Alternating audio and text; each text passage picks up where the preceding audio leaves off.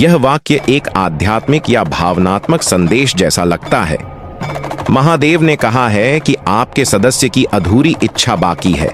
इसका अर्थ हो सकता है कि किसी व्यक्ति जो अब जीवित नहीं है या जो आपसे जुड़ा हुआ है कि कोई इच्छा या कामना अधूरी रह गई है और वह अभी भी पूरी नहीं हुई है।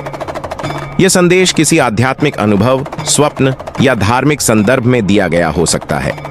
क्या आप इस संदेश को किसी विशेष संदर्भ में देख रहे हैं, जैसे किसी सपना, कथा या पूजा से जुड़ा हुआ? यदि आप चाहें तो मैं इसकी और गहराई से व्याख्या कर सकता हूं। महादेव ने कहा है कि आपके सदस्य की अधूरी इच्छा बाकी है। यह वाक्य 3 मुख्य हिस्सों में बंटा है। महादेव ने कहा है, यह भाग दर्शाता है कि यह संदेश स्वयं भगवान शिव, महादेव की ओर से आया है। महादेव को संहार और पुनर्जन्म के देवता माना जाता है और वे अक्सर भक्तों को स्वप्न, ध्यान या दिव्य संकेतों के माध्यम से संदेश देते हैं।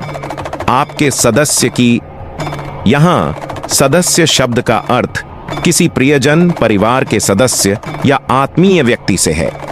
यह व्यक्ति जीवित भी हो सकता है या फिर दिवंगत भी।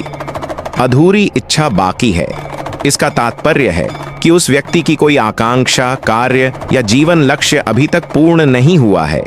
यह इच्छा इतनी महत्वपूर्ण थी कि वह आत्मा या ऊर्जा अब भी उस कार्य की पूर्ति चाहती है।